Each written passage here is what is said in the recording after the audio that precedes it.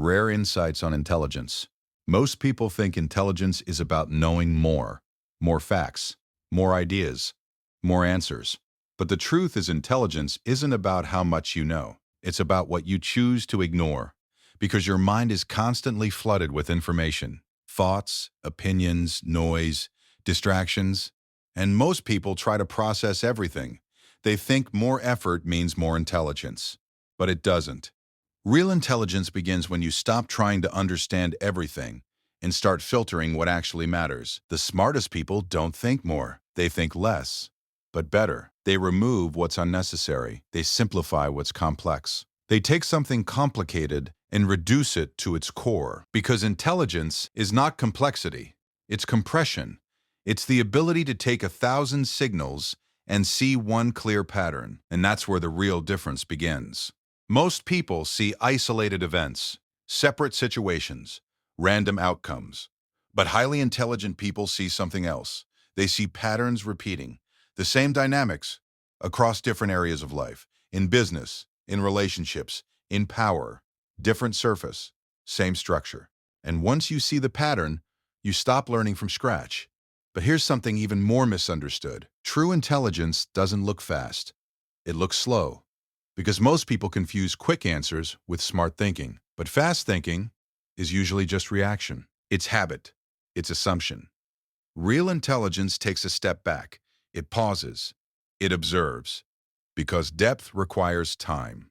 And the ability to stay silent while others rush to speak is a form of intelligence most people don't recognize. And then there's emotion, the hidden layer behind almost every decision. People believe they're logical, but most of what they do is driven by fear, ego, validation, even when they think they're being rational. But intelligent people notice this, not just in others, but in themselves. They catch the emotion before it becomes action. They create space between feeling and response, and in that space, they gain control. Another difference most people miss is not in answers, but in questions. Average thinking looks for solutions, but higher intelligence questions the problem itself. Because if the question is wrong, the answer doesn't matter. So instead of asking, "What should I do?" they ask, "What is actually happening here? What am I missing? What is influencing this? What is being assumed but not true?" And that shift alone changes everything. There's also something deeper, something most people don't realize. Low-level thinking tries to control everything.